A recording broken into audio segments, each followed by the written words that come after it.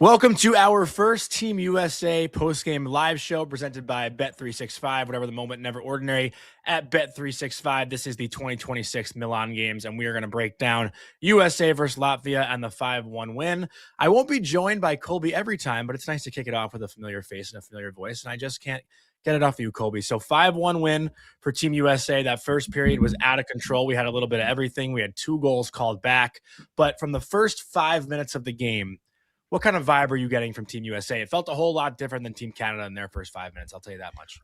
See, I didn't have an issue with the way Team USA played and with the way that they started. I mean, I really didn't. And I just looked at the way that I felt like Charlie McAvoy, in my opinion, was just kind of set the tempo. Probably him and Quinn Hughes would probably be the 2 guys I looked at. And I just felt like no nerves. The way those 2 were skating, the puck was constantly on their stick.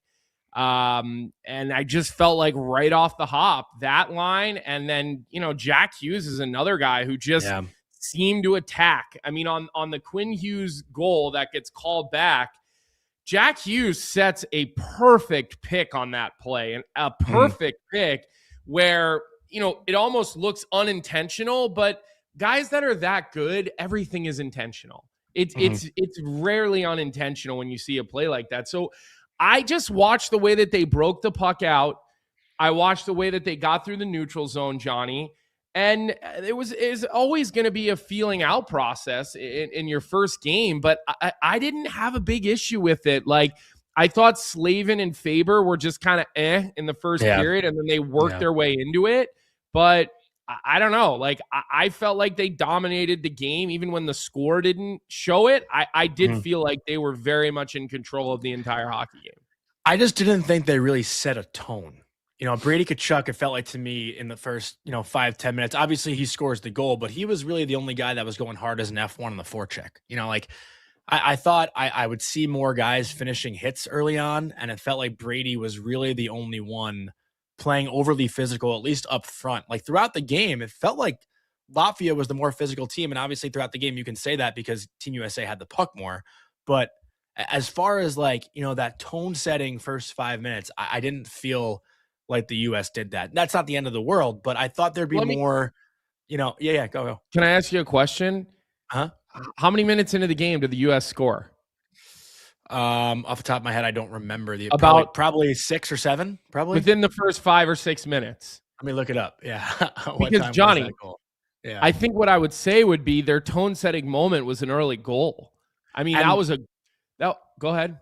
No, I was going to say Brady, what kind of got lost on the replay, Brady was F1 on the forecheck, finished his hit, then got onside and received that pass from Matthew. Like, Brady, again, to that point, he set the tone.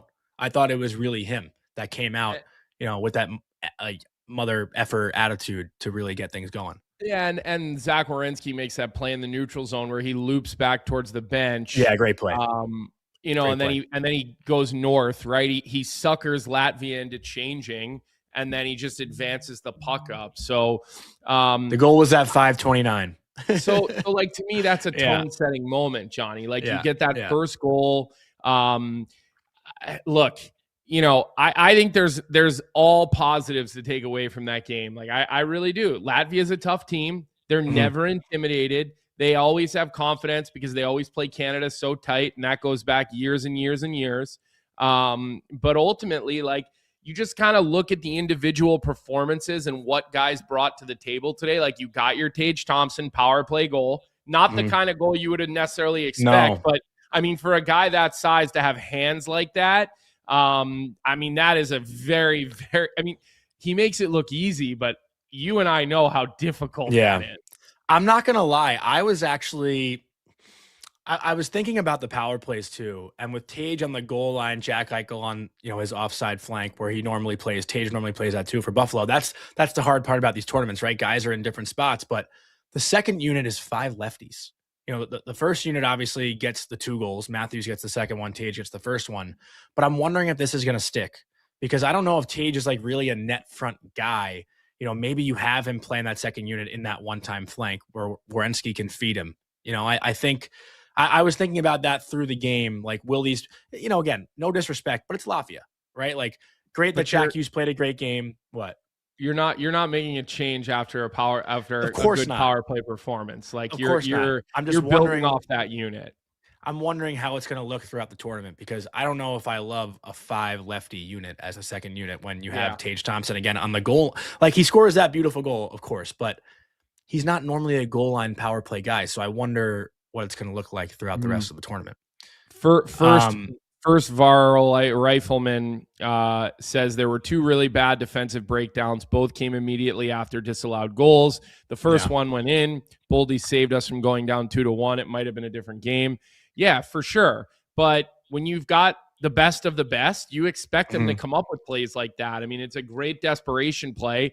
It just shows you how committed these guys are to winning when Boldy's basically putting his face in front of a puck in the first period of a game against Latvia. So if you ever wanted to know, how committed are these guys? Well, I think that's always a great indicator.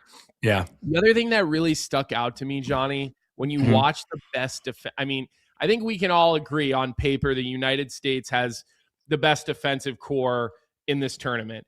Like, obviously, you can make the argument for Sweden, but Sweden's got an older defensive core. Quinn, Hughes, and McAvoy as a top pair is just so fun to watch. The way those guys close plays down, the way they close guys in the neutral zone, oh, man. Like I cannot wait to see the big dogs start to play each other because, every play when Faber closes a guy down in the defensive zone, he kills the play every single time. And obviously that goes for Slavin, but Charlie McAvoy, man, he stood out to me. He's a beast. He really stood out to me as a guy who just sort of, brought a certain type of swagger and energy every time he was on the ice. And he was in front of the offensive net a couple of times, right? And Quinn was back on the point. Like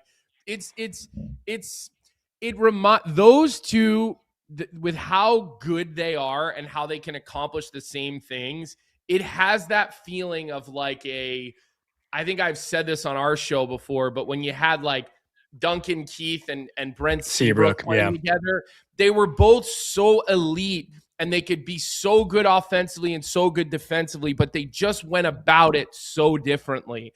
One guy had the puck on his stick more, one guy moved it and went like, and again, I know that, we're talking about Duncan Keith, who is a Hall of Famer, Seabrook, I mean, borderline guy for the Hall of Fame, probably will get in at some point. And so it was it's fun to watch guys that good, Johnny. Like I'm sitting there just kind of smiling, watching the level of hockey today, that game. And we'll save the Canada talk for our show tomorrow morning. Yeah. This is a USA post-game show today, but this is enjoyable, man. It's like when your fourth line has Brock Nelson, JT Miller, and a combination of like Jack Hughes and Vinny Trocheck. And I think Mike Sullivan did a good job. They stuck with Trocheck, it seemed like. Getting everybody involved. Do you have the minutes, the breakdown of the minutes from the game yet? Yeah, I can get it. But I mean, that's scary. Like, how good was Brock Nelson today? He could have had 5 goals. He only ended up with a couple, but like, how good was he today? So the fourth line you're asking about for ice time, JT Miller played 12 minutes, 12 seconds. Brock Nelson played 13 minutes, 25 seconds. Jack Hughes played 11 minutes, 14 seconds. And Vinny Trocheck played 9 minutes and 11 seconds. That's what you got to do. That's how you break it. That's how you do it. I thought they really stuck with Trocheck, Nelson, and Hughes as a line as the game went on. Like they were rotating Miller in with that third line of Thompson, Connor, and Larkin.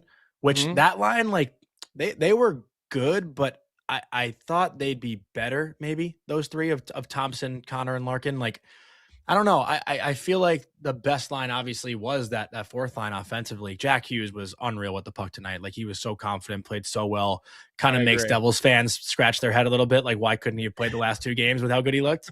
But again, like for the people that are saying, "Oh, Jack Hughes making up for 4 Nations," and while I love Jack, he's got to do it against the big dog still. Like great that he chipped in. Sure. Great that he chipped in against Latvia.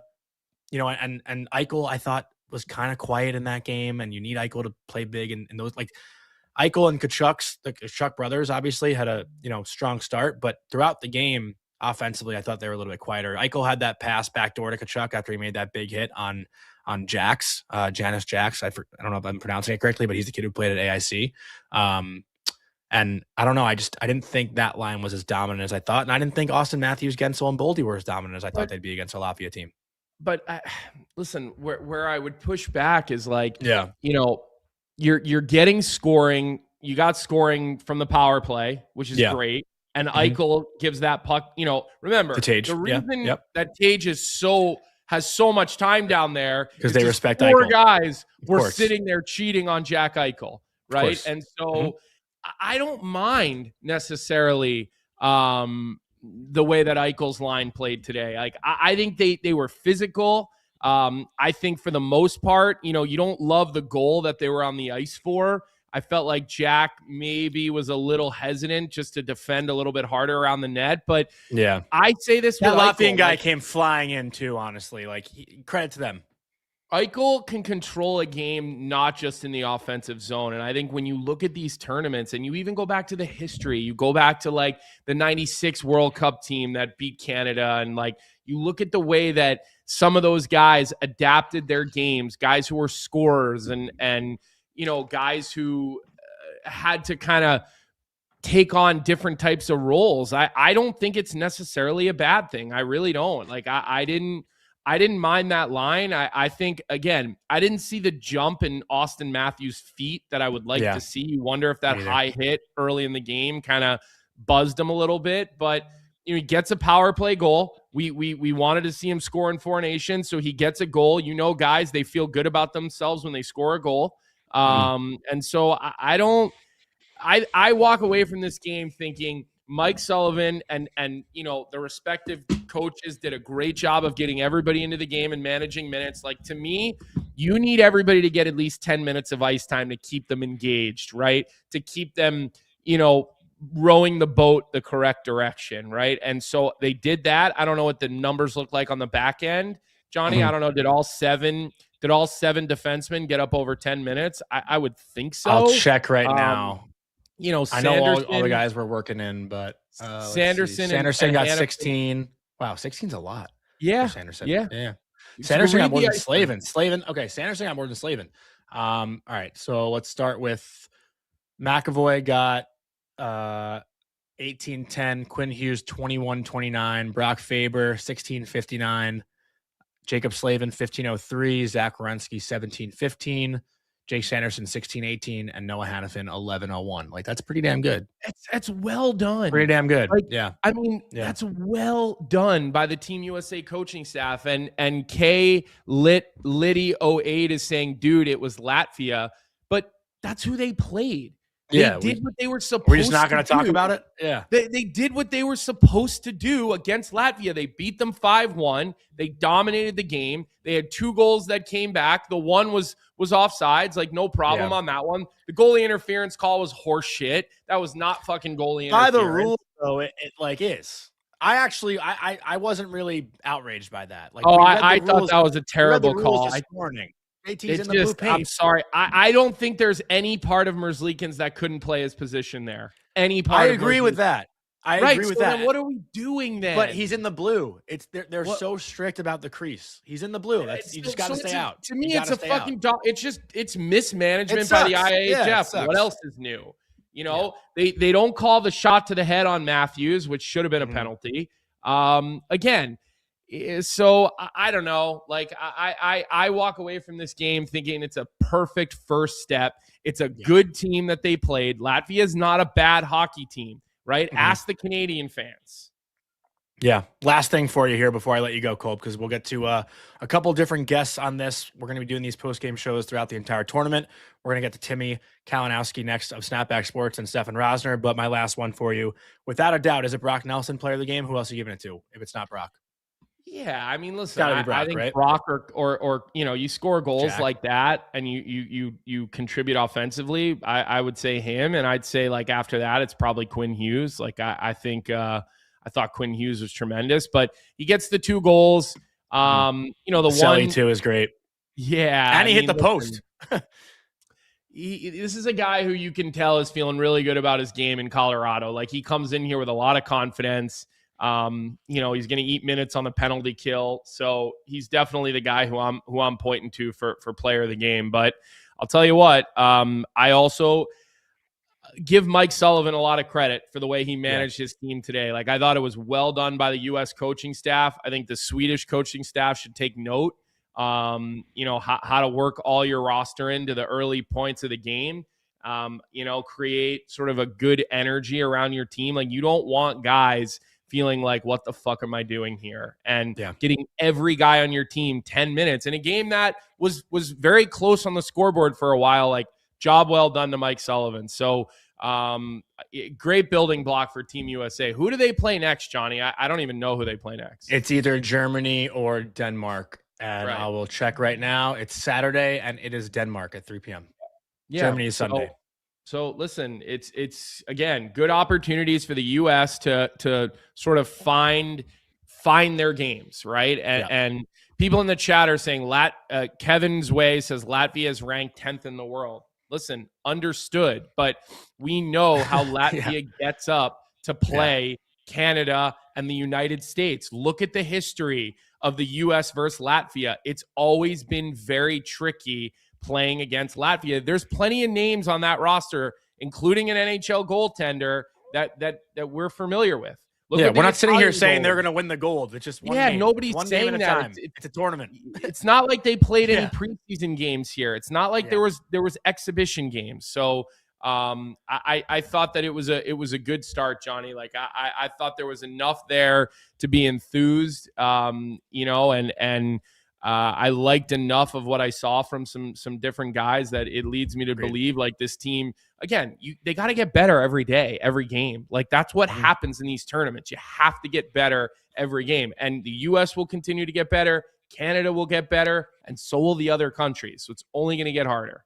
Yep. Well said. Thanks for joining me here. Right. I'll see you tomorrow morning at 9 a.m. Go get some rest, and good breakdown of the first game. Team USA 1-0 to start the Olympics with a 5-1 win over Latvia. There goes Colby. And now we'll bring in our next guest, Timmy Kalinowski, I think making his first appearance here on a Daily Faceoff post-game live show. He is in Italy. He left the game, so I think he's back at wherever he's staying. But he was at both games today. Timmy, how you doing? How was the energy there in Italy? What's up, lads? Do you have me good enough? The connection good enough here from Italy? You sound like your voice is gone, but you sound great for whatever you got. So really appreciate you being here. I know you had to trek home to get here on time, and I want to hear about the day. I mean, you went to both games today, Canada first and US just now? I did, yeah. And it's fantastic. Obviously a lot was made about what the rink situation would look like. And honestly, it's just like, it's good enough. It's one of those things where it just feels like they didn't have enough time to put the finish work on it. Like the signs around the arena and stuff look like they were stapled on by, like a dorm kid putting up like a Budweiser, they put up their 30 rack, empty stapling on there. So that's kind of that. But the big thing is getting to and from. You take the train to a shuttle, and then the shuttle takes you to the rink. So that's how you get to and fro. And then if you're going to two games, so you wait in between, but you can't buy a session ticket, it's just individual. So you walk out, and then if you're going to the next game, you go in like this little area and wait. And then they give you the green light again. So it's like an hour. You stand outside. They're supposed to have like a fan zone, but it's really just like a hut that sells Coronas. And that's the fan zone. So I saw too, the Coronas were like little bottles, right? I saw you post that picture. Yeah, they're 10 ounces. I'll tell you, the Czechs were the highlight of the day. Props to me. I didn't realize how close the Czechs are to Italy. They're like, I didn't realize that either. Right down the street. Yeah. And so the point of the day, I thought we were going to see all the Canada fans, because obviously we know that, like, what packs a punch in international hockey is, how close is it to Canada? How psycho are the Canadian fans getting here? And then we massively overlooked the Czechs. And I'll tell you, man, these big brutes that love to drink beer and have a good time, they were floored by the fact that the only beer available were these little Coronas, and they're about 10 ounces. So they were like trying to order like 27 at a time. Did you get a couple in you or no? I did. And I don't really know, again, how to judge how much you're drinking, because it's like, You're like, oh, I had 5. You're like, well, no, but that's like 2.5. Like, so you really, it's actually more dangerous, honestly. You have no idea. Yeah. Well, I want to ask you a little bit about you personally too here. So are you there solo right now? Or like, I saw you post something about like meeting up with content creators, maybe like what is the backstory here to you being in Milan? So I have Casey with me, Okay. so Casey Settleman, so The Jack, the big intern. boss, Jack Settleman. Uh-huh. Yeah. Casey's little brother and Casey, they're both my boss. Okay. And we do, obviously we do sports experiences, right? Like what's it like to go as a fan? I think that, when we talk about something like the arena, right? We have all these Mhm. reporters going over there, Chris Johnston, all these guys like, hey, this is what the ice, they're reporting on this. And it's like, well, is it up to standard for a fan? Right? What's it like to go as a fan? I Yeah. think that's kind of where we step in and can do that kind of, I guess, like investigative work. So Mhm. I proposed it to Jack not too long ago. We did a little mini hockey tour at the end of last spring, after our college football stuff. And the Yeah. best thing about Jack is like, football is king, obviously in America, but I'm a hockey guy first and foremost. And Jack was like, if you want to do hockey, you tell me. And it Mhm. started with 4 Nations last year, was the That's where I first met thing you. I ever pitched him. Yeah. Yeah. So that was the first thing I ever pitched him. And he was like, and I have to like explain, why does this matter? I'm like, I'm telling you, it's going to be a big deal. And then I kind of Yeah. sold it a little too late before the game at the Bell Center. Uh-huh. And obviously it went bonkers. And he was like, oh my God, what a great call by you. Of course we're going to the final or whatever. So then it Yeah. built to like, I went to Edmonton for a game, went to Montreal for a game. So essentially I was like, I think we need to be here. Obviously it's difficult because of the rights and all that sort of stuff. But Mhm. this is where I think, I guess, could say the future of creating and all this. Like, I don't think of myself as a content creator. I think of myself as just someone that's like, okay, we don't have rights for this, and that, but why can't I just go and bring my phone and say, what's it like to go as a fan? And I think Yeah. that's like pretty valuable. Me telling you what it's like to go in between periods or in between games rather, like I haven't seen that on the news, right? I think that is valuable. Yeah, you're getting the real authentic experience right now. And you're probably a part of like the USA, families and friends that are there. I'm sure you'll mingle with some parents, some, family members and whatnot. Do you have any stories already? It seems like by I have a looking at your good face, you story. do. Yeah. Yeah. I accidentally was interviewing Matt Boldy's dad, and I Okay. didn't know it was him. And was just kind of like, when you're looking for people to talk to, you're just like looking for USA jerseys. And I'm like, yeah, would you rather like what's more important, beating Canada or USA gold? And he was like, both. And I'm like, okay, like cop out Yeah. answer, like whatever. Yeah. And then the next thing I went to was, I was like, what's your NHL team? He's like, the Minnesota Wild. I'm like, oh, this is perfect.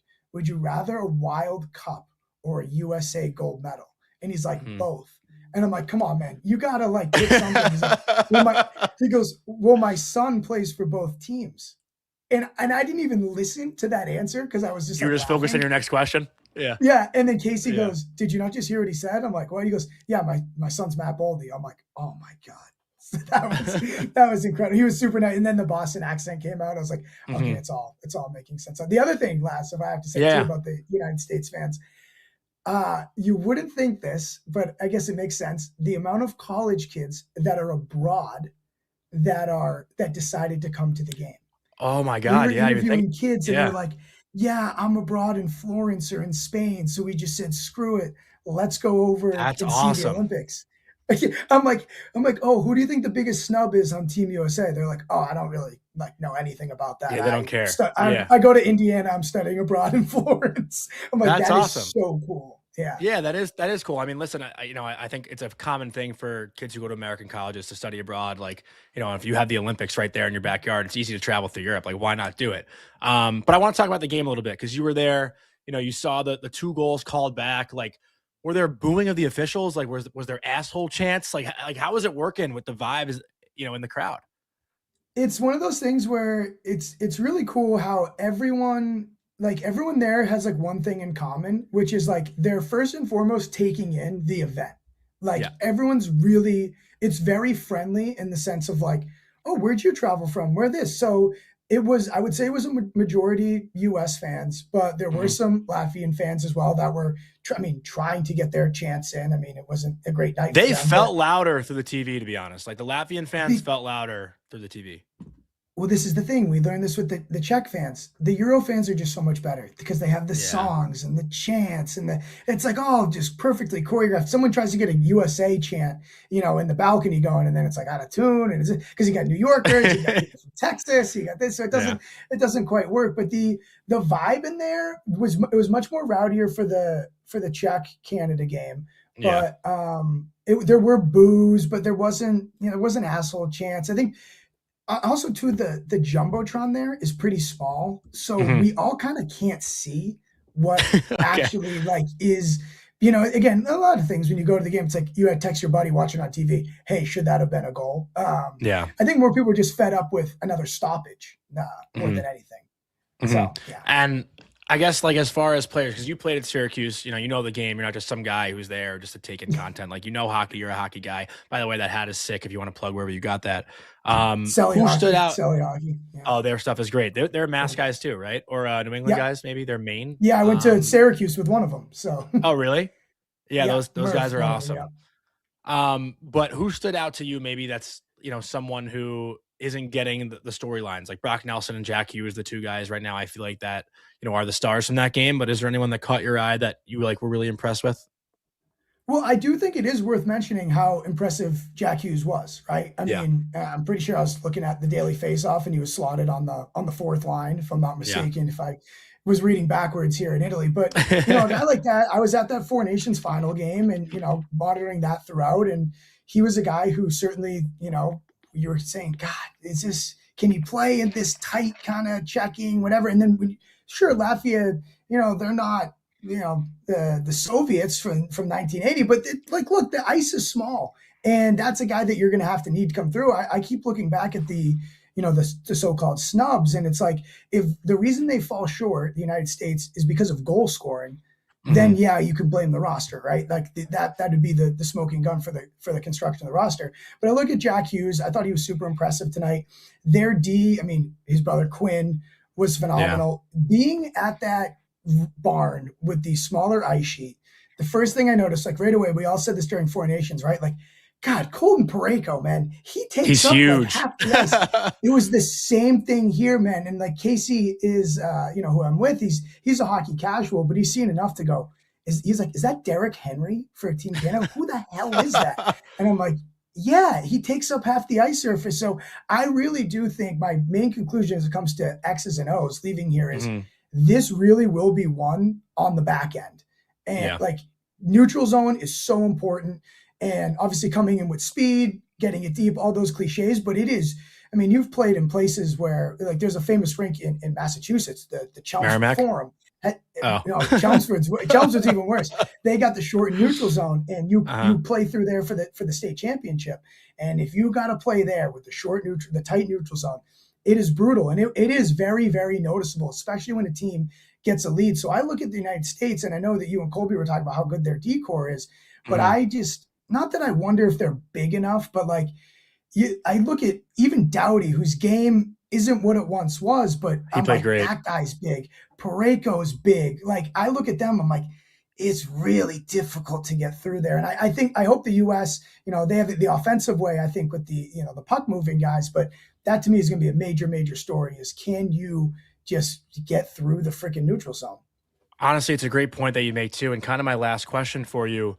Well, I might have two more questions here, but the one thing that stood out to me, I didn't think the U.S. really set a tone in that game. They score 5.5 minutes in. Brady Tkachuk, I just said to Colby, was probably the only guy who was noticeable on the forecheck, where Canada, you had Connor McDavid throwing the body in the first shift. You know what I mean? Canada just felt heavier to me up front, and that could be a problem for Team USA's blue line from what you're telling me. So, did you feel like there was a tone set from Team USA? Do you think they were heavy enough? See, heavy enough is tough. I think they were, sometimes when you're jazzed up, you either go for the heavy game or I thought their passing was tremendous tonight. Yeah. That would be more of my, if we're looking for the positives, and look, I'm always saying to be negative, don't get me wrong. Yeah. But, you and Colby were saying, it's like, ask Finland if, it was just Slovakia. Ask Sweden, it was just Italy, right? So, it is hard to set a tone. I think the big advantage for the United States, what I saw, having that Four Nations and learning what your line combinations are, learning what your chemistry is. like you guys were talking about Eichel a bit, oh, was he quieter?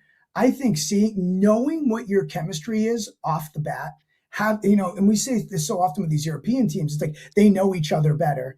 The United States and Canada, it's like globetrotters. We got to figure it out. I really think that the chemistry was pretty solid tonight, and in the passing. I mean, one of those goals, I think, was the third or fourth, where about 4 different guys could have put it in. Yeah, that was sick. And so yeah, like I actually think that in terms of a heavy game, I looked at the chemistry and the passing as a major plus. Mm-hmm. Any other big plans for the rest of the trip? Are you there the whole time? No, we're going to our last game is tomorrow morning, Finland, Sweden, because we got to see the Euro rivalry, and then we're off to Cortina for a few days to do curling, skiing, sick, all that sort of stuff. Yeah. Wow, you're taking in the full Olympics. That's awesome, Timmy. Seriously. And I flew. And how about this I flew from the Super Bowl Monday morning to Italy, so I haven't been home in like 12 days. Who's got it better than you? Snapback Sports is doing it the right way. Timmy, thank you so much. Plug your stuff. Where can people find you? I know it's Timmy Takes on Instagram. Is it just your name on Twitter? Yeah, Timmy K on Twitter, I think. Snapback Sports, you'll be able to find me pretty easily. But yeah, TikTok, Instagram, Timmy K, Timmy Takes, some form of that. You'll see the little Hermie the Elf picture, and there I am. So yeah, I appreciate you having me on, Laz. It's look, it's hard to sleep after a game anyway. You're wired. Yeah. So you're like, hey, can you do it? Yeah, I'm in. What is it, midnight? 12:30 there? It's midnight. Yeah, 12:30. Oh, geez. All right, well, go get some rest. Go enjoy the curling and everything else tomorrow. Really appreciate your time. And, I'll talk to you soon, all right? Be good. Thanks, Laz. Appreciate it. You got it. That is Timmy Kalinowski. Great guy, great kid, great content, and great energy. Puts out a lot of awesome stuff, as you can see on Twitter, on Instagram, on TikTok. So go follow him. Go follow Snapback Sports. They do a great job. We're going to now kick it over to a friend of the program, a recurring guest on Morning Cup of Hockey, always the one, the only, Stefen Rosner, who is now going to glaze Brock Nelson for the next 15 minutes. Steph, how are you? I'm doing great. Brock Nelson's doing better. So I got to be honest. I was one of the people who said, does Team USA need to bring back Brock Nelson after Four Nations last year? I didn't think he had a poor Four Nations. I didn't think he had an exceptional Four Nations. Today, in a game where they need goals, Brock Nelson is the one who finds a way to get through. And, maybe he's proved some doubters like me. And again, I'm not trying to disrespect him. I've always been appreciative of what Brock Nelson can do, but in the best on best, I didn't know if he fit in. He proved me wrong today. Is this something that you anticipated? Obviously the family history and whatnot, how much it means to him. I know you know him super well, but should I be surprised? I don't think you should be surprised. I was in the same boat as you. After Four Nations, I thought, he was looking his age, 33, 34 years old against a lot of young guys. Didn't seem like he could keep pace. However, this year he's been unreal with Colorado in his first season there. He's got 29 goals, and he just showcased more of what he's been doing the entire season. I know there were a lot of shots when he made the team over, at Robertson. How could the old Nelson be on this team and not Robertson? But again, Brock Nelson this year has been a lot different than he was last year, and it paid dividends. I mentioned, in your opening with Colby and all that stuff is, depth scoring matters. It is Latvia. I get that. Uh-oh. Think we might have lost him. We'll work on getting Steph back here behind the scenes. Before we get Steph back, I guess I'll just ramble by myself. Maybe any comments in the chat that we got. We got a lot of people listening, so thank you everyone for tuning in. This is awesome. I've never really done this post-game live show before, so this is new to me. We got a comment here from First VAR or First VA Rifleman. You could argue out of Nelson, Trocheck, and Miller that USA only needs 2. Trocheck and Miller are both amazing at faceoffs, and that's a big reason why. Trocheck also a right-handed shot. Rosner is back, so let's bring Stefen back in. Between the three of them, we're talking about Nelson, Trocheck, and Miller. Are you good now? Your Wi-Fi is good? Yeah. What, did you get a phone call? Wi-Fi's fantastic. You on your phone? Yeah, I did get a phone call while it was happening. Yeah, and so I had to click end real quick. So I apologize. You're good. You're good. You were saying Brock Nelson. Yeah, I was just saying that you shouldn't be shocked because this year Brock has showed that age is just a number. And I remember covering Chara and covering Zach Parise with the Islanders, and age is just a number. Chara played to his age. Zach Parise did not. Brock Nelson with Colorado this year and what you're seeing right now at the Olympics is not. He's rejuvenated. Obviously, he's the 5th member of his family to play for Team USA at the Olympics. That's absurd. Yeah. I'm sure that's awesome. That's pushed him harder. I know his grandpa can't be there, but his uncle is. So it's got to be so cool for him. And again, he could have had 3 goals, maybe 5. He had so many chances earlier in this game as well. He's playing on the penalty kill. So I just think, a guy like Brock, he's not asked to be a savior like he was with the Islanders. With Colorado, he's a going to score probably 40 goals, but he's a secondary, tertiary guy. For Team USA, he's not there to score, but if he's going to score, you need that. I get it's Latvia, I get that whole thing, but you want to see the Stars rise to the occasion they did. But when you win the gold medal, it's about your depth coming through, and Brock Nelson certainly has done a couple of things for Team USA to help him get the win. I know you're a positive guy, but I got to ask you this question. Was anyone a little bit quieter than you anticipated? I thought Auston Matthews was quiet. I know he scores, but I just again, one of these games you want to see just total domination, like total takeover. I mean, again, it's first game. I know Nathan McKinnon was saying that everybody was so nervous, but I just felt like, especially getting the captaincy and everyone, there's people that are knocking him, getting to see. I wanted to see him completely take over a hockey game. Mm-hmm. Get a hat trick too. Is it just be always looking at him the entire time? But again, you mentioned people that should have stood out more. Yeah. The good news is Hellebuyck didn't have to, right? He was good, but I think it's a positive. He didn't have to be the standout player. Of course, does he want to shut out? Yeah. But given what's happened with Hellebuyck this year, I think it was good that he had a quiet game, because I think when a goalie's getting a lot of the praise with these highlight reel saves, things like that, usually it's because of the mistakes they're making. They're just bailing themselves out. So I think it was really good that Hellebuck's game was quiet. Well, I'm happy you mentioned him, because it is a back-to-back this weekend, Saturday, Sunday. Saturday, it's USA versus Denmark. Sunday, they play Germany. Germany, obviously, is probably the more difficult team to face. They won today with Draisaitl, Stützle. I think Stützle might have had a hat trick, actually, or at least 2 goals. What would you do with the goaltending going to this weekend? Would you start Hellebuyck in all 3, or would you give Swayman and Ottinger a look? Yeah, I wouldn't start Hellebuyck in all 3. I think that you have goaltenders for a reason. I know it's game by game and all these games are so important, but I would definitely give Hellebuyck, I guess, honestly, I'd probably give him the Germany game. It's tough. I mean, I'd probably give him the Germany game, and then you probably give Ottinger the Denmark game. But I don't think it makes any sense, especially in the second of a back-to-back, in a season that's already been so tight with how many games in the NHL they've had to play, that I think going back-to-back on the Olympic stage is not a deal. Now, obviously, if it was an elimination game, then yeah, you go back to Hellebuyck. But when it's not, yeah, I think it's okay to give Ottinger a look. I think it would be Ottinger over Swayman. Really? Okay. And why is that? I feel like Swayman's been the better of the 2 and won the World Championships last year. Yeah, I don't know. I feel like Ottinger needs that redemption from the playoffs. Swayman didn't play a game in 4 Nations last year. They went to Ottinger in the game against Sweden in that meaningless game in Boston, which I thought was honestly kind of fucked up. It was in Boston. They have Swayman and they didn't play him. They played Ottinger. I know Ottinger went to BU and maybe you can use that excuse, but yeah, I don't know what the decision is going to be here, but it seems like after today, again, I know we're all saying it, but it is true. It is Latvia. It is Latvia. We're not going to get super carried away, but Hellebuyck certainly showed nothing was really going to rattle him so far. In the first game, you saw it happen to Gustafsson for Sweden. You've seen Saros, he was a little, he struggled a bit in their first game, but you didn't really see it much from Hellebuyck today. I mean, look at Binnington. I know that's Czechia. Yeah. That's a better team, but I mean, he was phenomenal. Yeah, he was. So I think for goaltending, it's you want to keep Hellebuyck feeling good about himself. And if he has a fantastic, let's say he played on Saturday and was absolutely fantastic, you probably want to keep running him out there. But I think when you have 3 unreal goaltenders and you don't have to place one back-to-back, you probably shouldn't. And my last one for you, I don't want to keep you too long here, and I appreciate your time tonight, but what scares you most about this team and what excites you most about Team USA? Give me one of each.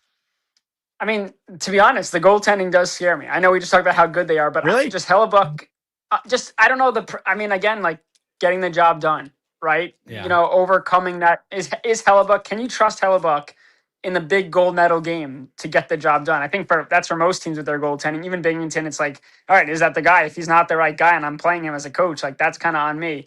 That concerned me just because he hasn't done it. Once he does it, then everyone could forget about it and move on. The other thing, too, is again, the Stars finding a way to power through and get to the dirty areas against maybe some of these rougher teams. Even Canada, like I mentioned, Auston Matthews, rising to the occasion. You can't have any of these guys really being invisible out there.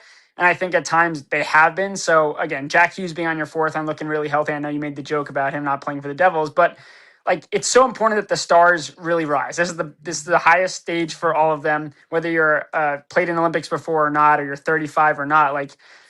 the top players have to be the top players. So what concerns me is sometimes the hiding in the shadows a little bit from some of these star guys. But I do think it's a different team than the Four Nations team. I know there's not many differences at all, but the mindset I think is a little bit different for some of these guys. And I think that's going to carry them to the gold medal game. Well, you didn't tell me what excites you the most. Seeing, bro. I mean, listen, I'm a big fan of The underdogs. goaltending Right? scares you the most and excites you the most? No, well, what scares me the most is just the big save in the big moment. Make the big save in the big moment. Hold the gold for the first time since 1980. But what excites me is seeing guys that are getting to live out their dreams that won't have another Olympic chance to do that. 4 years down the road, like a guy like a Brock Nelson, even a Trocheck. I know JT Miller gets knocked, but they're running out of time to leave their mark on the big stage at the Olympics. Obviously, 2014 Sochi, Nelson wasn't there. So I think it's cool to see guys that never got that chance before to get that chance before their career is done, whether they win gold or not. I mean, that's an amazing accomplishment in a league that's really young, speed, and skill to see veteran guys get that chance and like a guy like Brock just run with it. All right. Well, thank you so much for taking the time tonight, Steph. Any big plans for the rest of the Olympics? You doing any watch parties or any streams, anything like that? I am going away for 5 days to Tampa, so I'll be watching the games in the not super warm weather because it's not super hot there, but it's a little warmer than the 10, 15 degrees that it is on Long Island right now. All right. Well, you enjoy your break. Nobody deserves it more than you. You work your ass off, and we're proud of you. So go have fun in Tampa, and we'll talk to you, I guess, maybe next week. End of next week. We'll figure it out when you get back, all right, for the medal rounds and whatnot. Sounds good, man. Thank you. All right. See ya. Awesome stuff for this first post game. We'll be doing more of this throughout the Olympics. I think Sean DePaz will be hosting the post game after Saturday's game against Denmark. I'll be back on Sunday for the game against Germany. I have a pre-commitment, or I don't know what the saying would be. I'm kind of losing brain cells here as we go. But thank you to everyone for watching. Love you. Shout out to Bet365, whatever the moment. It's never ordinary at Bet365. And you will hear from us tomorrow morning on Morning Cup of Hockey at 9 a.m. So have a good night, everybody. What's up, everybody? Thanks for tuning in to Morning Cup of Hockey here on the Daily Faceoff YouTube channel. If you enjoyed the show, make sure to hit that like button, subscribe, and turn on notifications so you never miss an episode. And don't forget, we've got more great hockey content every day. You can catch DFO live at noon and stick around for the sheet with Jeff Marek at 1 p.m. right here on Daily Faceoff.